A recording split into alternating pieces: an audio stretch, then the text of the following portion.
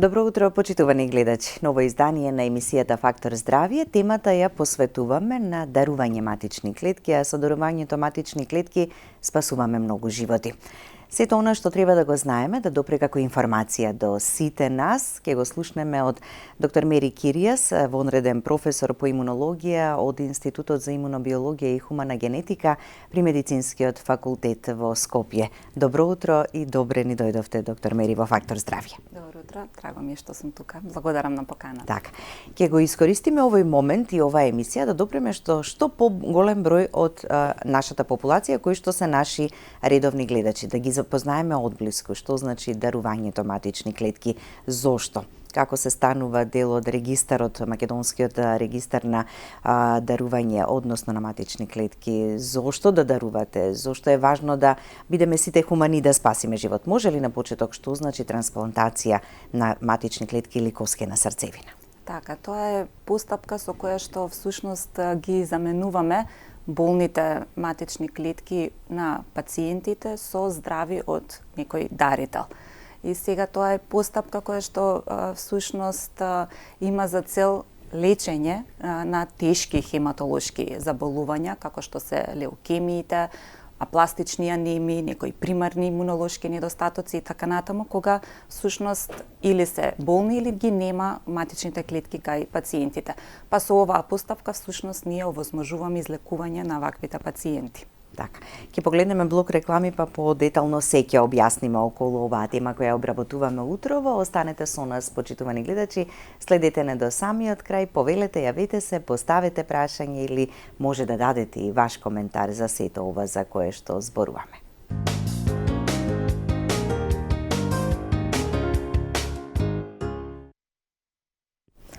Со доктор Мери Киријас, вонреден професор по имунологија од Институтот за имунобиологија и хумана генетика при Медицинскиот факултет Скопје, зборуваме за дарувањето матични клетки. Споменавме што значи трансплантацијата. Сега за дарувањето да се префрлиме, колку граѓаните се запознаени со сето ова, колку е опфатен, колкав е опфатот за дарувањето, дали е доволен бројот или секогаш може повеќе и подобро? Да, на нашиот институт со самото формирање на дарителскиот регистар всушност официјално започна и работата на ова поле. Тоа е уште далечната 2010 година. Меѓутоа, нели тоа е целата постапка, нели е возможна како и секоја трансплантација ради постоењето на мултидисциплинарен тим. Значи покрај работата на нашиот институт која што е во однос на регрутирање на доброволните дарители, типизирање, тоа значи правење на генетските анализи, барење на соодветен дарител, секако и овозможувањето да самата постапка на трансплантација да се направи на клиниката за хематологија, исто така многу важно, и секако поддршката од институциите како Фондот за здравство и Министерството за здравство кои што овозможуваат всушност да ова се функционира. Секако дека бројот на дарители постојано, нели секоја година се зголемува, ние наша задача и цел е тоа, но и сакаме, пошто навистина веруваме во самиот процес на регистерот на доброволните дарители и секаде каде што можеме, ние зборуваме на темата, дали на телевизии, присутни сме, дали со студентите им ја пренесуваме идејата да се запознаат што се работи на нашиот институт и во нашата држава, се со цел што повеќе да бидат запознаени со што значи тоа да бидеш доброволен дарител на матични клетки или понатаму да се пренесе таа идеја и на останатите. Да, што значи да се биде доброволен дарител? Како се станува дел од регистарот, македонскиот регистар? Така, ако некој сака да стане доброволен дарител на матични клетки, може да се зачлени во македонскиот дарителски регистар за коскена срцевина, чие што седиште е на нашиот институт, тоа е во клиничкиот центар на Медицинскиот факултет. И секој работен ден од 8 до 2,5 часот може да дојде. Самата постапка е многу кратка, односно подразбира подполнување на информирана согласност со краток прашалник за општото здравје. Значи особата мора да биде во добро општо здравје и земање на примерок крв за кое што се прават генетската анализа што е потребна. И секако битна ни е возраста, значи доброволен дарител се станува на возраст од 18 до 50 години. а потоа во базата се останува достапен за пребарување за било кој пациент во светот до наполнување на 60 години, кога автоматски се бришат од регистарот. Што значи самото зачленување само се случува само ако имате желба. Значи, не земаме матични клетки во моментот или коске на срцевина, туку само примерок за да се направи анализата. Значи, тоа е листа на луѓе кои што сакаат да помогнат несебично и можеби некогаш во животот на вистина ќе имаат можност да помогнат на некој пациент. Така, значи првично ја слушате информацијата, дознавате за сето ова, одите, давате крв, се регистрирате, ги оставате податоците и следно не се знае, така, кога може да станете компатибилен, така, со потребата на некој пациент кој што се соочува со некоја од овие хематолошки состојби. Има интерес, од година во година се зголемува, бидејќи постојано сте присутни на многу масовни организирани настани, каде што доаѓате во контакт посебно и со таа популација која што е целна, треба да се регистрира и да стане доброволен донор. Така, ни требаат повеќе нормално млади луѓе, секогаш се тие целната група, ние се обидуваме да бидеме присутни со наш штанд, или за да ја пренесеме информациите, да објасниме што значи тоа регистарот на помасовни настани. Тоа се обично маратоните, полумаратоните што се организираат во градот, веќе со години сме присутни таму и гледаме дека интересот за зачленување во регистарот е се поголем и секоја година имаме нови доброволни дарители кои што се зачленуваат, правиме нели да бидеме достапни и надвор од работното време за оние кои што не можат да дојдат нели на институтот во текот на работното време.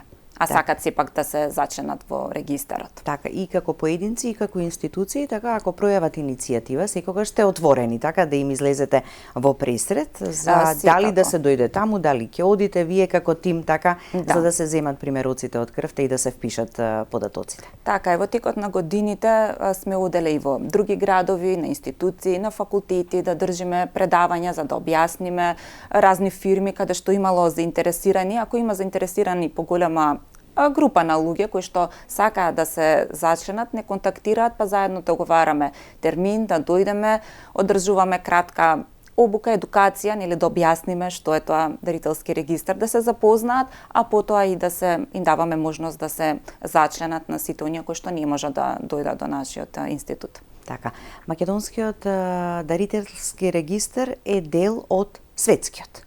Така, што значи тоа?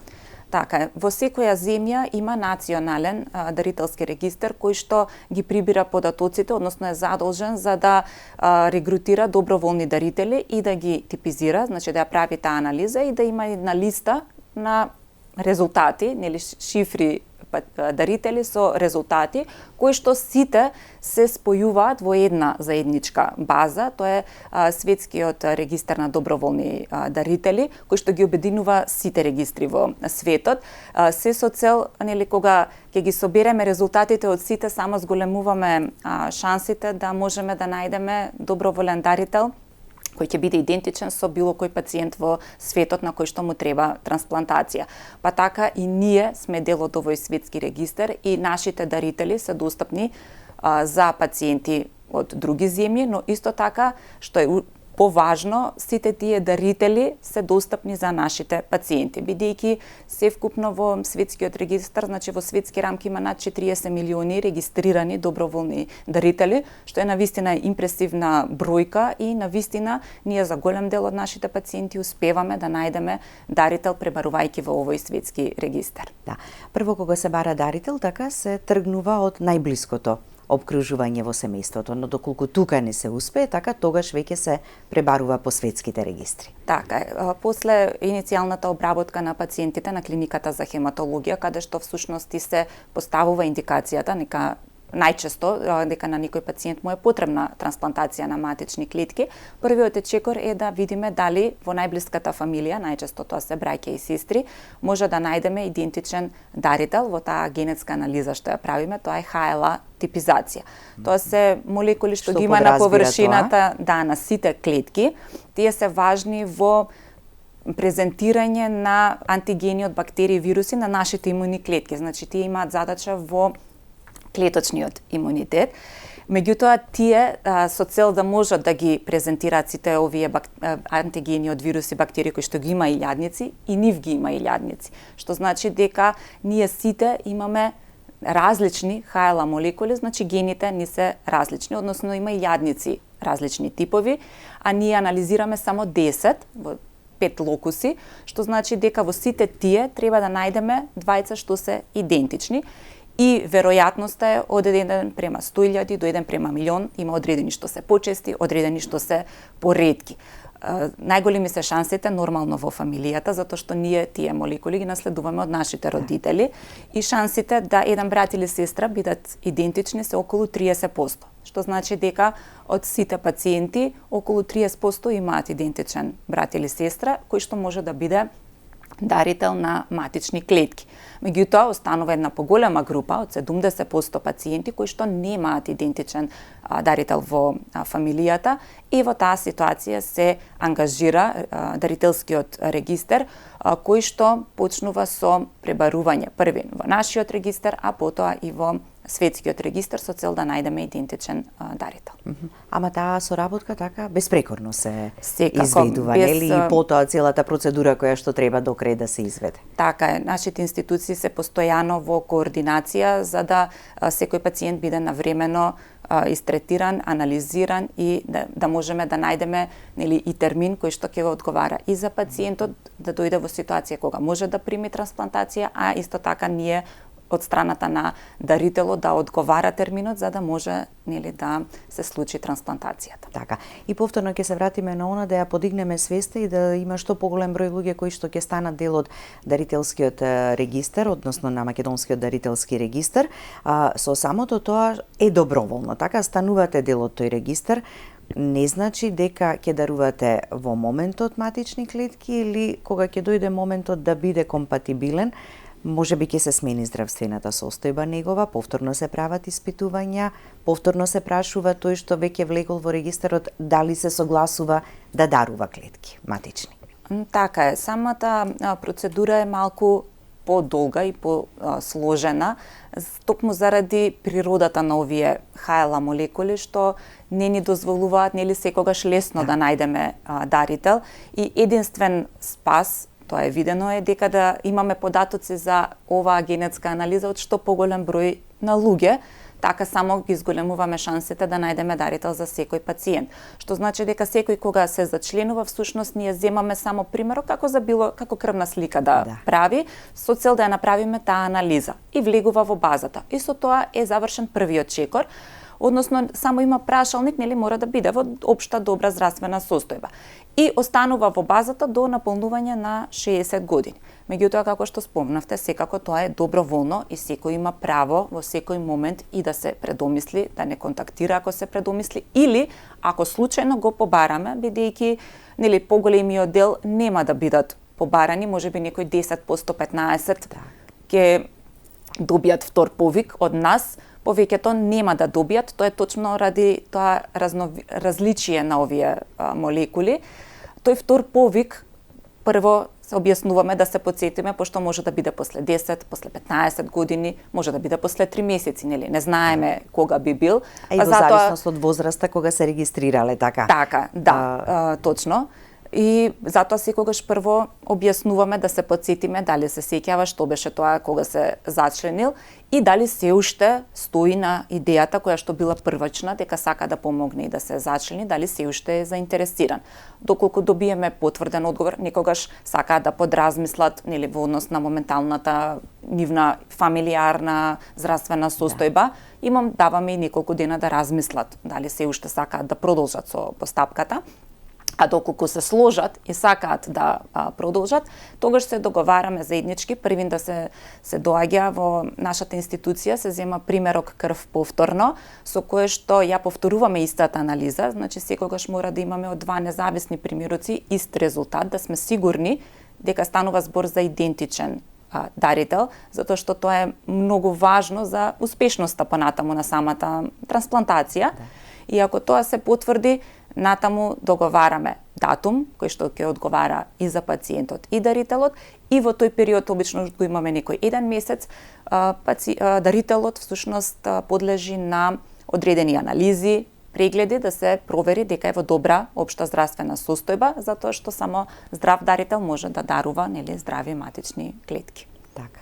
Како процедура и како постапка многу е важно да биде достапна и до како информација до граѓаните за да знаат што е тоа што ќе го направат првично, така да ја покажат својата хуманост, а потоа и сето тоа на дело да се покаже. Претходна подготовка и на самиот дарител и на самиот пациент кој што треба, така кому треба да му се направи трансплантацијата. Хематолошките заболувања се основните и главните, така каде што е потребна трансплантацијата на матичните клетки. Да, во нашата држава и во светски рамки најголем процент од пациентите се тие со акутни леукемии и кај нас најголем процент од пациентите со тие диагнози, но има и со миелодиспластични синдроми, со апластични анемии, нели, зависно од состојбата, нели, може секако и терапевски докторите од клиниката за хематологија, нели, кога ќе проценат дека е следен чекор трансплантација на матични клетки. Да, колку досега се направени интервенции? Да, бидејќи станува збор, ова е еден вид на несродна трансплантација, затоа што дарителот и пациентот не се во крвно сродство, затоа ја велиме несродна, за разлика, нели, кога браќа сестри даруваат, тоа е сродна алогена трансплантација. Кај несродната во нашата држава се започна во 2018 година, кога се случи првата на клиниката за хематологија, нели, а првите клетки што ги увезовме беа од дарител од Германија. И со тоа всушност започна постапката на несродно дарување, односно несродни трансплантации во нашата држава, и со тоа веќе пациентите на кои што им требаше оваа процедура не мора да патуваат во странство за да ја добијат услугата. Значи, сето тоа во координација на регистарот заедно со клиниката за хематологија го организираме за да се случи сето тоа во нашата држава. Значи, првата беше 2018, до сега имаме околу 65 трансплантации направено, односно увезени клетки, најмногу од Германија, затоа што германскиот регистар е најмногу броен по однос на дарители, но исто така сме имале и од Турција, од Израел, од Италија и така натаму, значи од други држави увезено клетки, зависно каде ќе најдеме идентичен дарител. Да, но оној што дарува е од друга земја, така не мора да биде присутен, да дојде во земјата од каде што е пациентот кому му е потребна трансплантација. Не, тоа е и важното дека така и на начинот. Затоа што станува збор за доброволно дарување, нели, целата постапка треба да биде што е можно по-прифатлива за самите дарители, односно да не ги многу деранжира од секојдневните активности. И затоа се прави, тие се нарекуваат аферизни центри, каде што се наоѓаат тие апарати, каде што се прави самото дарување, е постапка која што трае неколку часа, значи еден ден, неколку часа треба дарителот да одвои, да биде во таа установа или прикачен на машината и да ги дарува тие матични клетки. Самата постапка е безболна како дарувањето на крв. Само малку по-долго време трае, така? Подолго време трае и всушност претходно се даваат едни како инекции или како инсулинските, значи сам може да си ги стави дарителот претходните 3 дена. Тоа се стимулирачки фактор кој што и нормално се создава во телото, а целта е матичните клетки од коскената срцевина да излезат во крвните садови.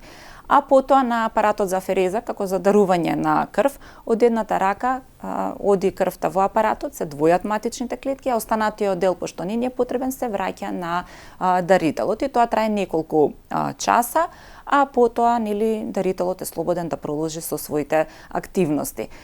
Она што е интересно, може да спомнам, пред 1 месец имавме дарител од нашиот регистар за наш пациент, кој што во моментот не беше во Скопје, нели кога му се јавивме, односно на студии во Словенија, но се уште беше заинтересиран и сакаше да продолжи со постапката, па моравме да се координираме кога ќе одговара, нели во однос на обврските што си ги има со испити и предавања. Дојде една недела во Скопје, направивме сите тестови, се што требаше да се направи, да се потврди дека е во ред, нели здрав дарителот. Се случи постапката, наредниот ден со авион се врати повторно во Словенија и си продолжи со секојдневните активности. Значи, постапката е навистина безболна, одзема неколку часа, нели, од животот со цел, нели, да спасувате живот. Спасите друг живот. Да. А овие матични клетки кои што ги земаме за отприлика 3 недели се регенерираат. Тоа се клетки кои што постојано се делат, нели, постојано ни создаваат нови крвни клетки, тоа е нивната нормална функција, што значи дека човекот веднаш може да си продолжи со секојдневните активности. Така, ќе погледнеме уште еден блок реклами, па ќе продолжиме со разговорот. Останете со нас до самиот крај.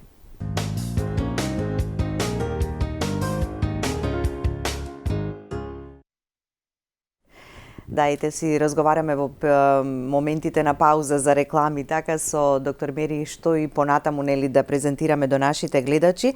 Многу е важно како информација, како што споминавте, оној кој што ќе ги дарува матичните клетки, тие потоа се регенерираат. Значи, не е нешто изгубено, така спасувате живот, меѓутоа значи како информација да го имате дека истите тие клетки потоа во вашето тело ќе се регенерираат. Затоа е различно од дарувањето органи, така? Така, останува збор за сосема различна процедура. Матичните клетки се всушност клетки кои што ние сите ги имаме и се во коскената срцевина и нивна главна цел е секој ден да ни создаваат нови крвни клетки. Еритроцити, леукоцити, тромбоцити, тие се создаваат секој ден.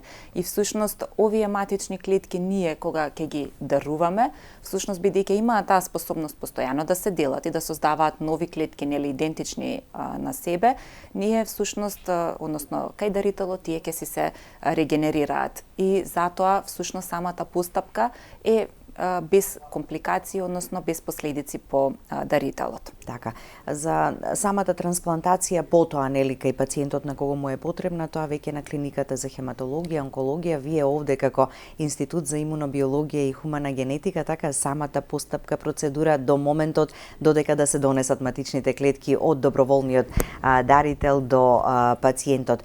Колку поголем број имаме регистрирани доброволни дарители, толку е подобро, така и за пациентите кои што ќе имаат потреба во нашава земја, но и за пациенти надвор од неа. Колкава е бројката во моментов?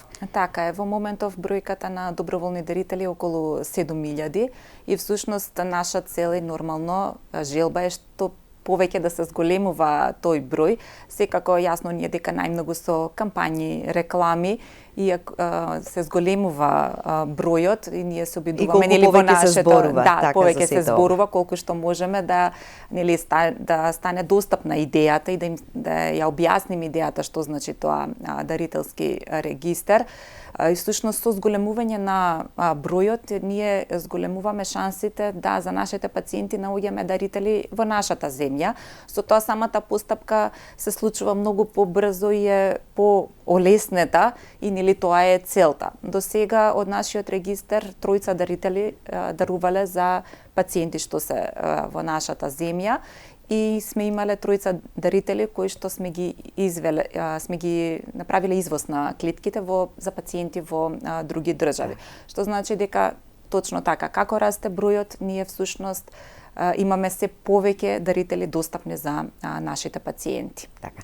Етичкиот момент е запазен така безпрекорно. Барем на самиот почеток. Не знае ниту тој кому ќе му дарува, ниту од кого ќе прими матични клетки пациентот. Така е. Тие се општи етички начела кои што важат како за светскиот регистар, така и за сите негови членови, односно за нашиот регистар.